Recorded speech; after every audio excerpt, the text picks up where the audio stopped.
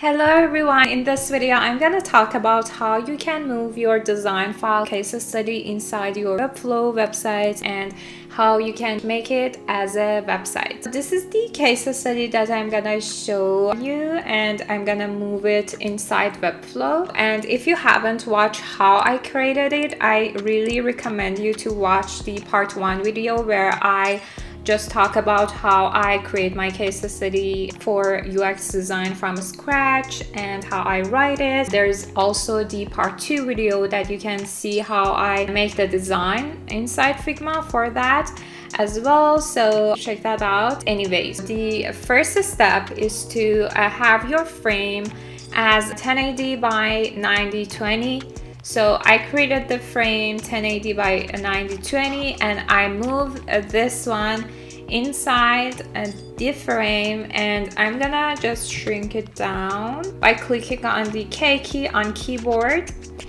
And why the background is black? Okay, here I see my background is not black, but that's okay because I'm gonna delete this one. I have this one here ready. I shrink the height of the case study as well. As you can see, it's very long here. If you look at this one, first of all, you need to select the whole frame and then hold the command key and just drag it up in order to make the height smaller, because we want to export all of these frames into JPEG format and then we are going to upload them inside Webflow. So that's the process that we want to take. So here, for example, I'm gonna export as JPEG and don't make it a big file, just keep it on 2x or 3x, so having the quality but it's not so big for like a website download time. And then I'm gonna just name it maybe frame 1. And yeah, so as you can see, the frame size is 1080 by 9020 because it's the standard size for the websites on laptop, desktop, presentation. Here I have all of the frames. All of them are just separate. So some of them are small, which is okay. We export all of them into our local computer. Then we move to Webflow. This is what we are going to have. So this is the case study page. And here we have project overview, and ignore this one. We have, as you can see, I moved all of my images inside the actual case study page, which is great. And if I click on user testing, I have the user testing file. If I click on visual design, here's the visual design section. And yeah, so if I go to, I just changed the breakpoint to desktop, and here it's better, the result. Okay, perfect. So I'm gonna show you how I moved it to Webflow. I used that template for my website, which is this one, Gridfolio, and it's not sponsored, it's just my honest opinion that it was great. And for example, I go with this homepage. And yeah, so there was a style guide page that I really liked here, and I just changed the format, and so I used that.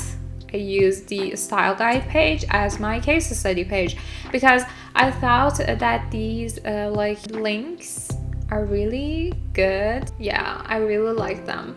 So, and I just rewrite everything into sections: project overview, design process, user interaction, user testing, visual design, results. So here I go to the assets. You can upload your assets inside the asset management. For example, I'm gonna add this one. So you will upload all of your exported images inside here. And then I'm gonna add an image element inside my like container. Here I'm gonna put an image here as well to just demonstrate better. So here I'm gonna add an image element. Where is the image? I will drag it here, okay? And I'm gonna choose image. Then I will click on this one and voila! I have my image in here. So that was very easy, as you can see. So I added all of the images here by adding visual elements and then uploading my image inside that.